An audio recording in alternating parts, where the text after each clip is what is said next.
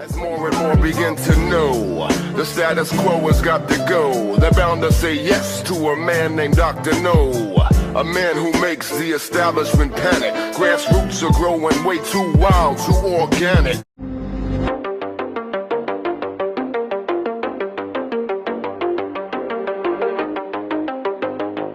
All right, the first story at the top of Antiwar.com today. President Biden defends sending cluster bombs to Ukraine.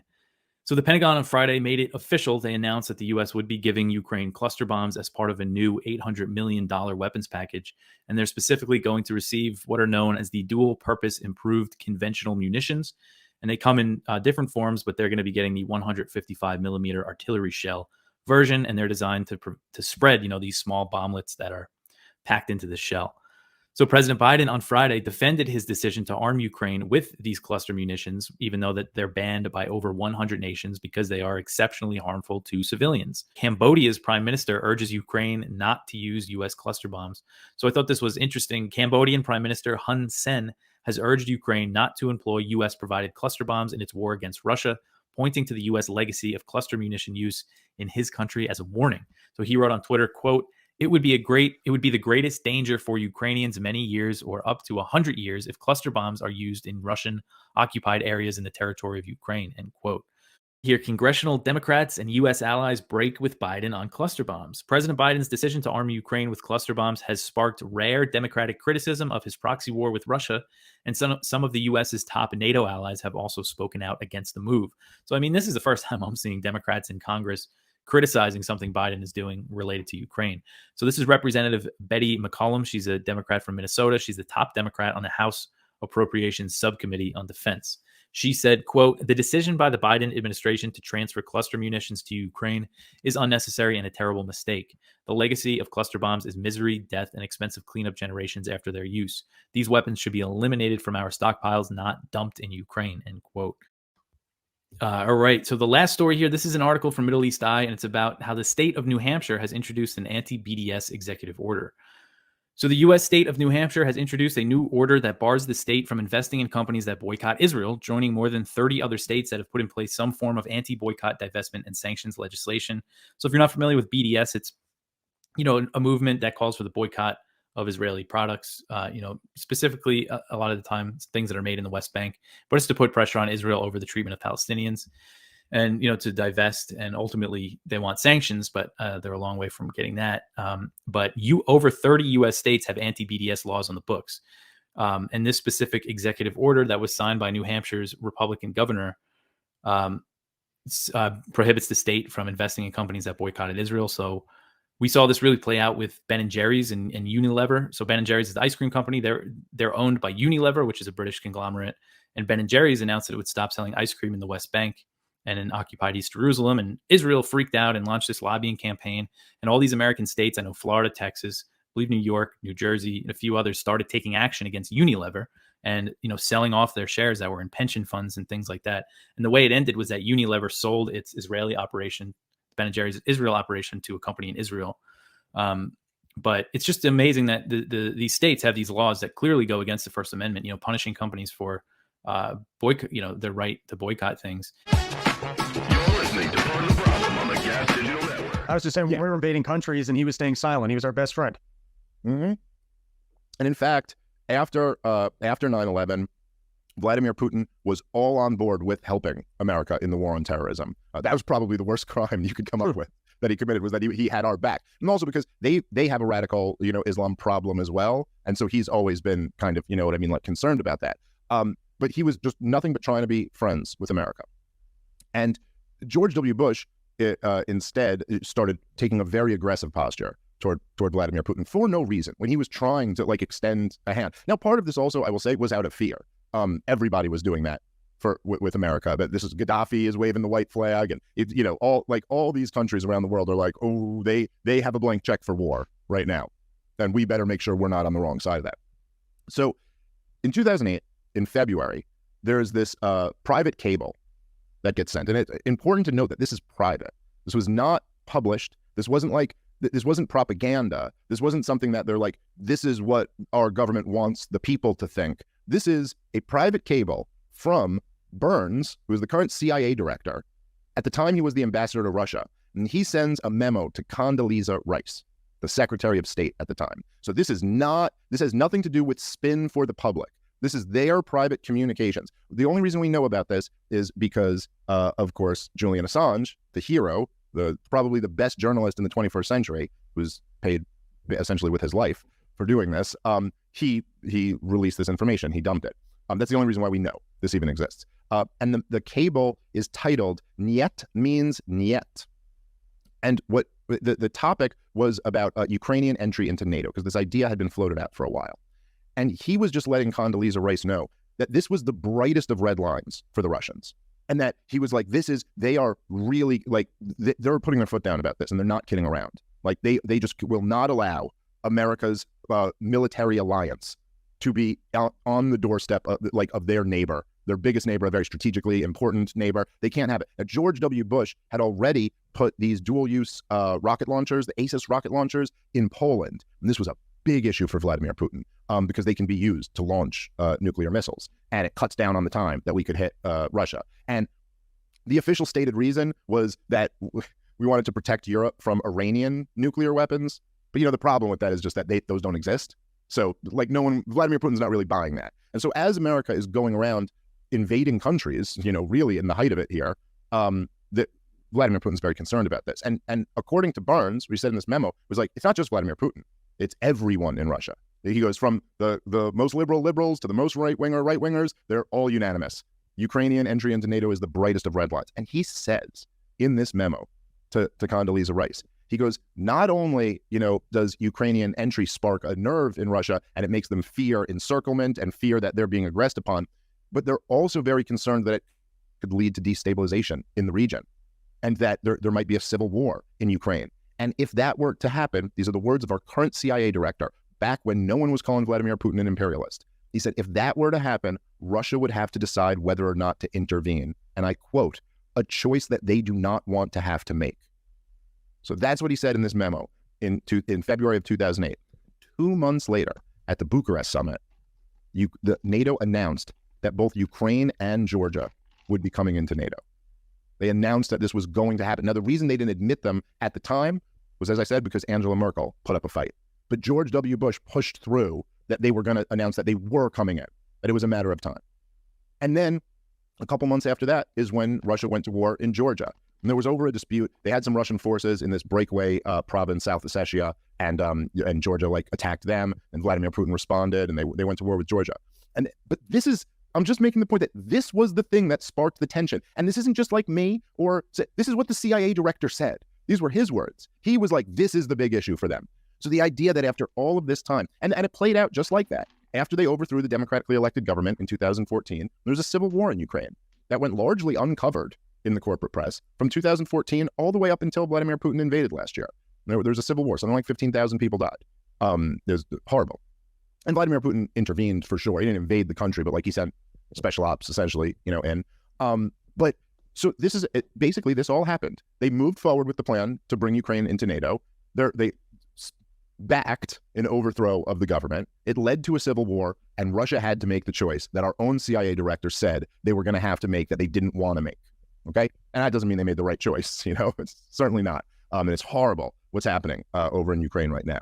But it's just something, if that aspect of the history of this, that they're even taking a vote on this next week, that they're even voting on should we do it? Should we try to do it again? What's your sincere opinion of what went on January the 6th? And why do you feel that there is yet an attempt to regard it as a deliberate insurrection? And also within that, I guess there's the possibility for presenting moments of peace within 45 hours of footage does exist. So were you sincere in your presentation, or do you have a particular perspective on how it was? I have, well, let me just say, one of my children was there working in the building and called me during it, and was right nearby when Ashley Babbitt was shot. So I was interested in it from the moment it happened. I was appalled by the vandalism outside, by fighting with police officers. I hate violence.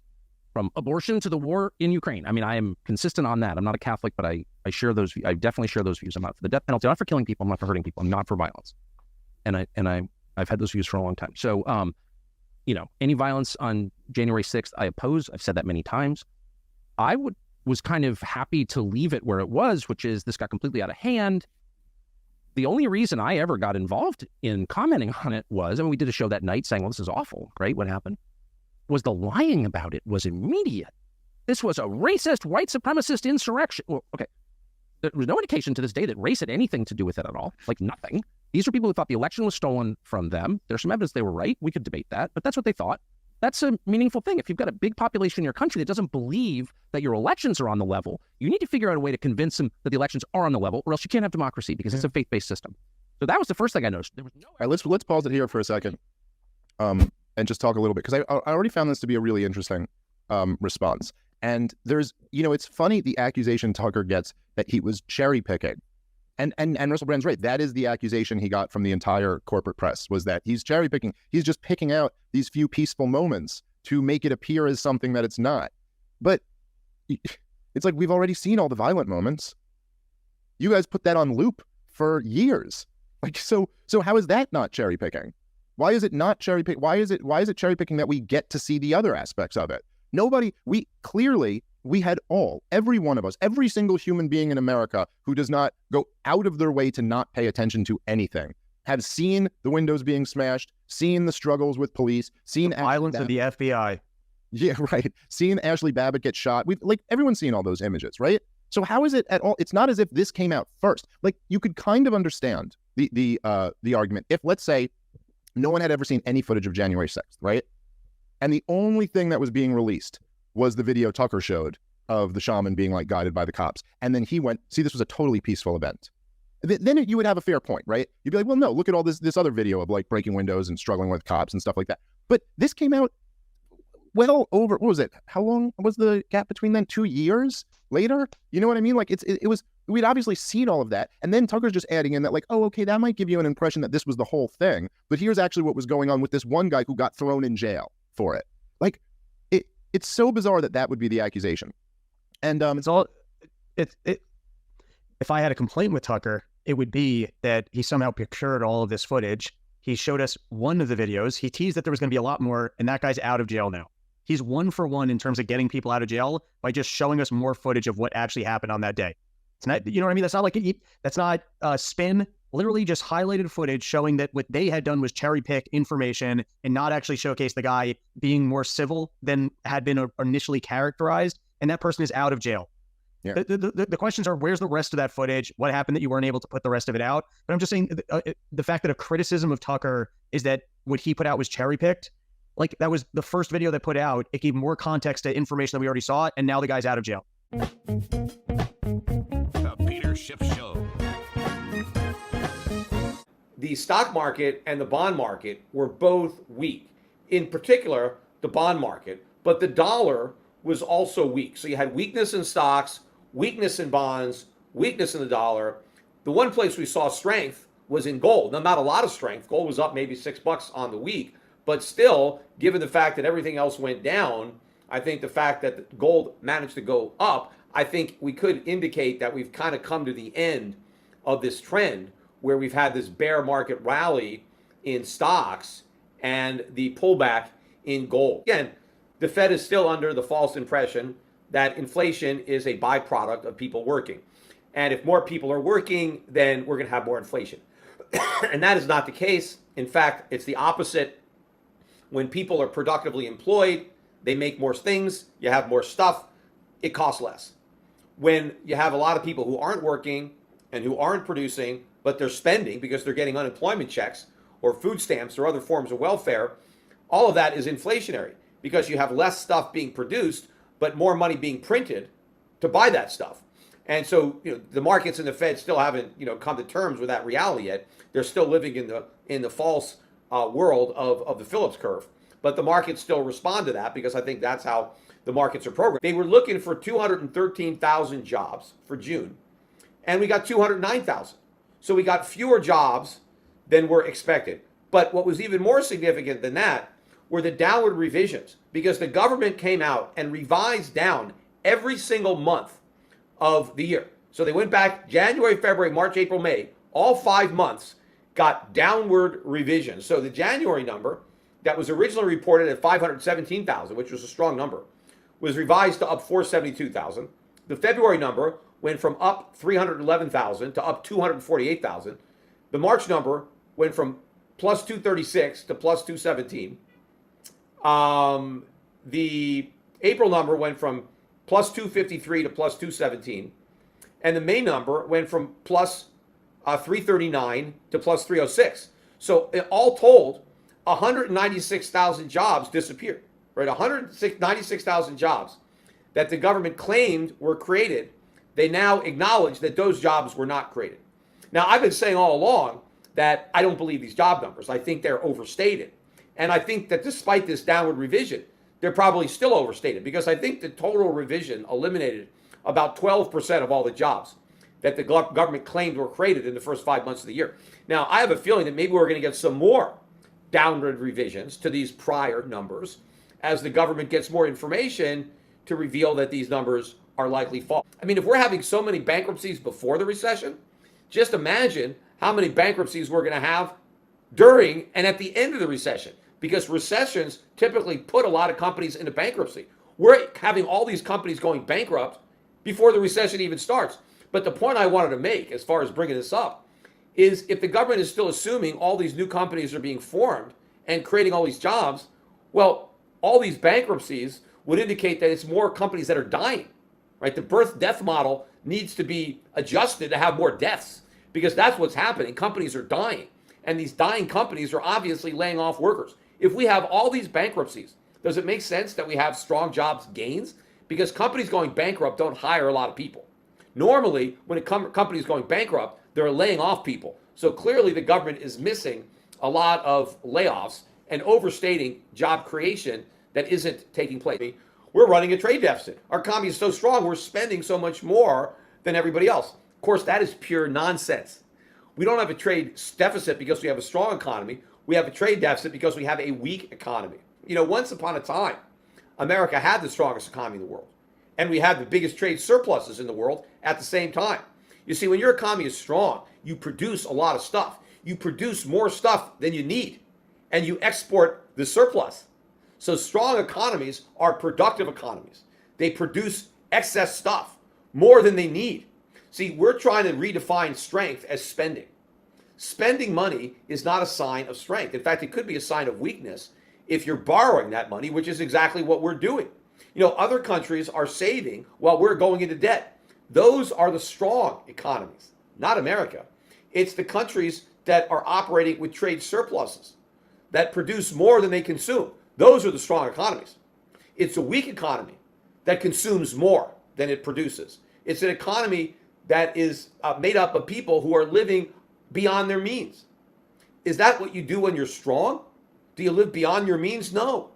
When you're strong, you have so much means that you can live beneath them, that you can accumulate savings. That's how you accumulate wealth. So even when they report on the trade deficit, they misreport. They don't understand it. And again, I think it's because so many people are of the mindset that America has a strong economy, that they take this weak economic data and they somehow try to sugarcoat it, or their mind just can't comprehend that it's evidence of weakness. So people take this weak economic data and they spin it as if it was strong. And a lot of people just, oh yeah, sure, we have a strong economy, so we go out and spend.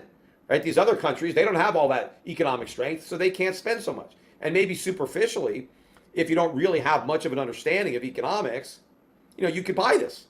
And unfortunately, most of the people who are economists in this country, who teach economics or who are professionals that work for the government or the Federal Reserve, they don't understand anything about economics either. So they might think that these trade deficits are a reflection of how strong our economy is, but the reality is it's the reverse. But what's more significant right now about the trade deficits is that it has to be financed.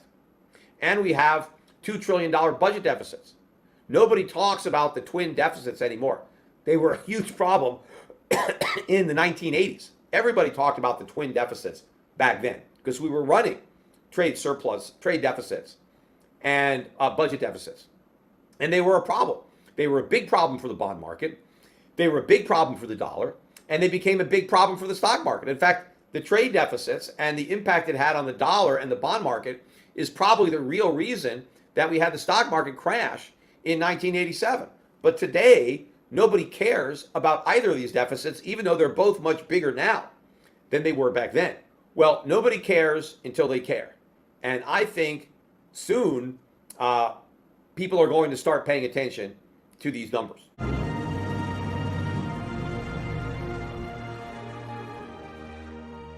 You said earlier is so terrifying to me. Does the American public realize that the reckless foreign policy of the Biden administration has depleted the Defense Department? And you tell me if I'm overstating this, Larry. I know you'll be candid. Is depleting the Defense Department, there's Chris weighing in, of an essential component, an essential weapon, an essential projectile needed to defend the United States?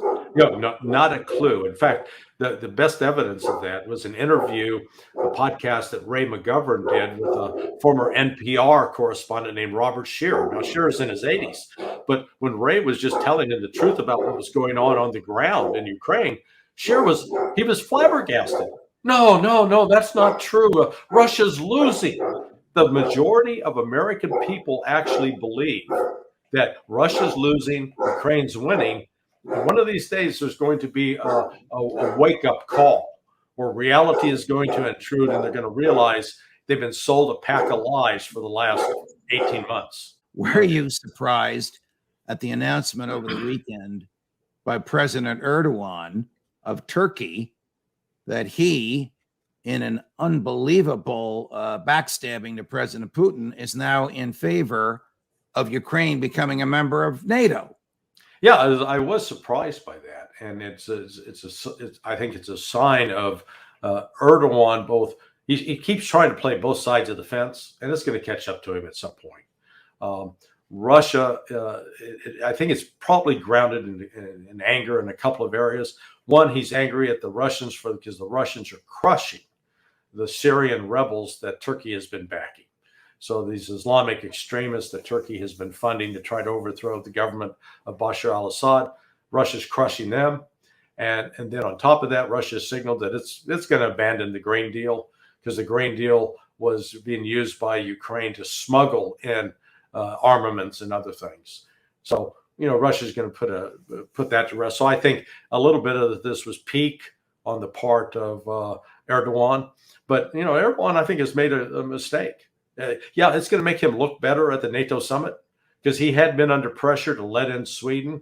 So, now he'll probably be able to keep up his, I'm not letting Sweden in because they desecrated the Quran. But he will be able to say, hey, I look at everything I'm doing to support Ukraine. I'm going to build a drone factory with drones that don't work.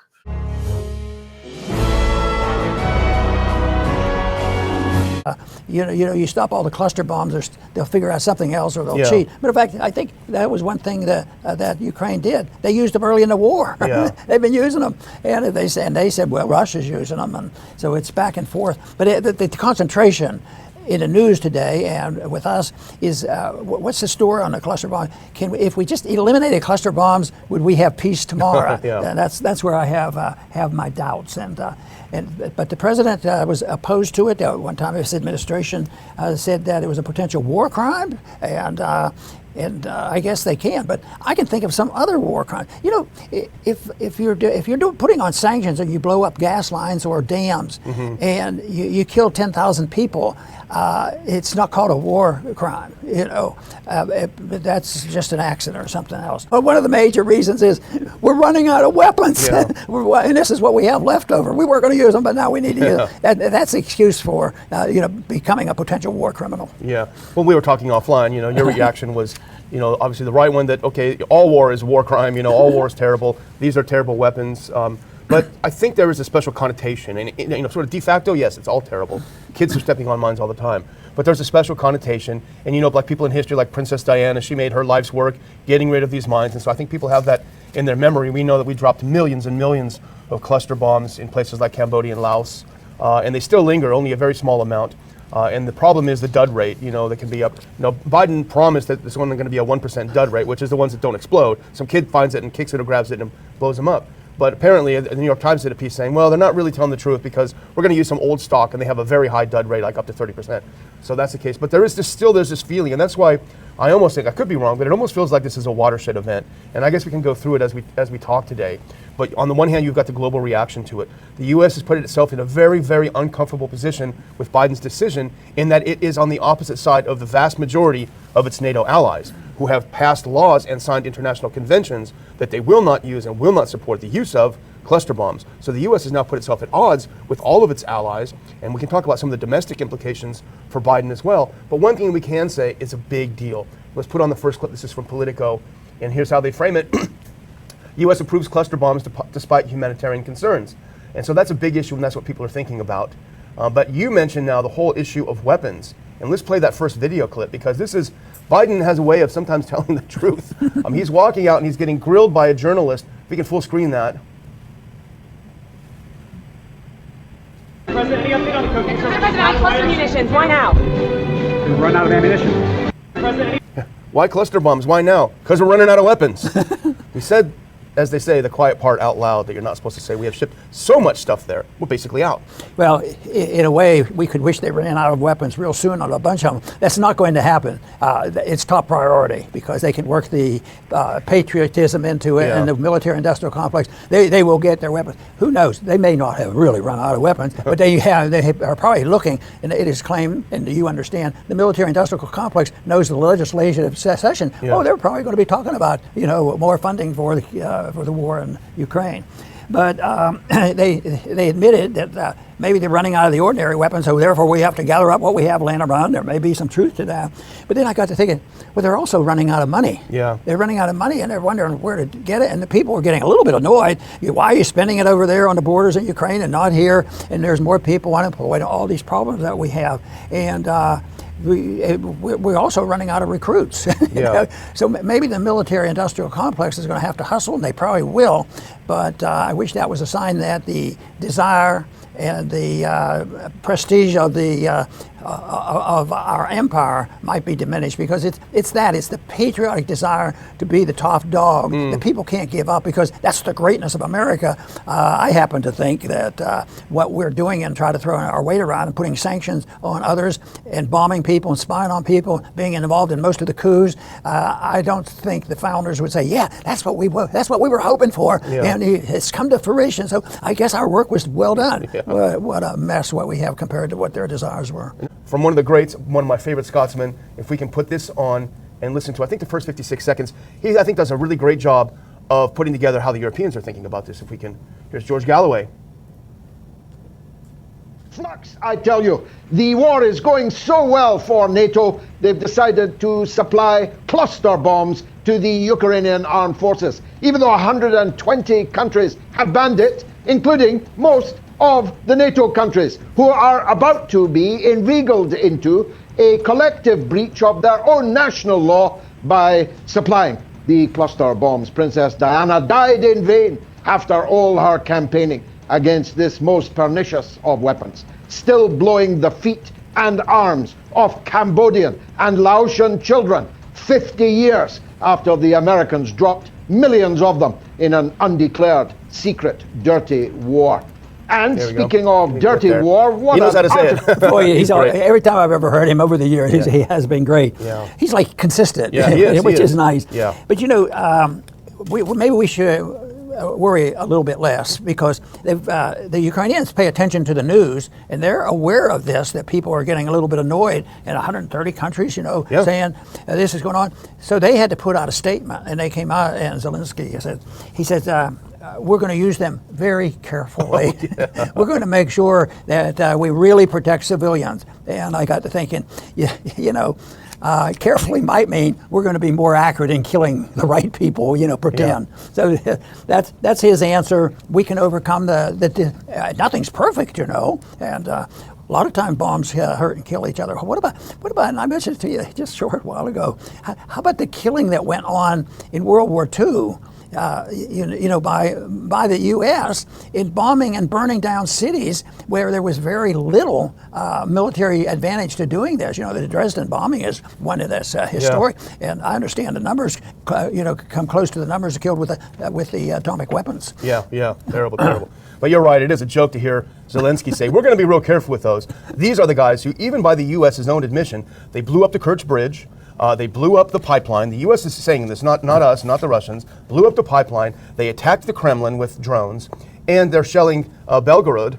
So they are, and they blew up the dam. They blew up the dam as well. So this is what they've done, and they say, well, this time we're going to be careful. I think, again, I think it may have been crossing a kind of a Rubicon, though. They lose their way, and I think the problem is as much, if not more, a moral problem with the people knowing what they should do or shouldn't do and acting responsibly and assuming responsibility for oneself. I was at one time starting to say these horrible stories of some of the regulations and rules and laws going in our school system, and it's too exasperating to go through that because everything is so dumb. And yet, still, I think they're a minority. They just have a louder voice, and I believe the majority of the American people still believe in the basic principles of what our founding fathers believe and what's in the Constitution. But our voices have become weak, but I think they're getting a little bit louder, and that is our job to convince people that peace and prosperity is worth putting a shout out for that and say, yes, peace and prosperity is a good goal. That's what we're going to continue to fight for. I want to thank everybody for tuning in today to the Liberty Report. Please come back soon.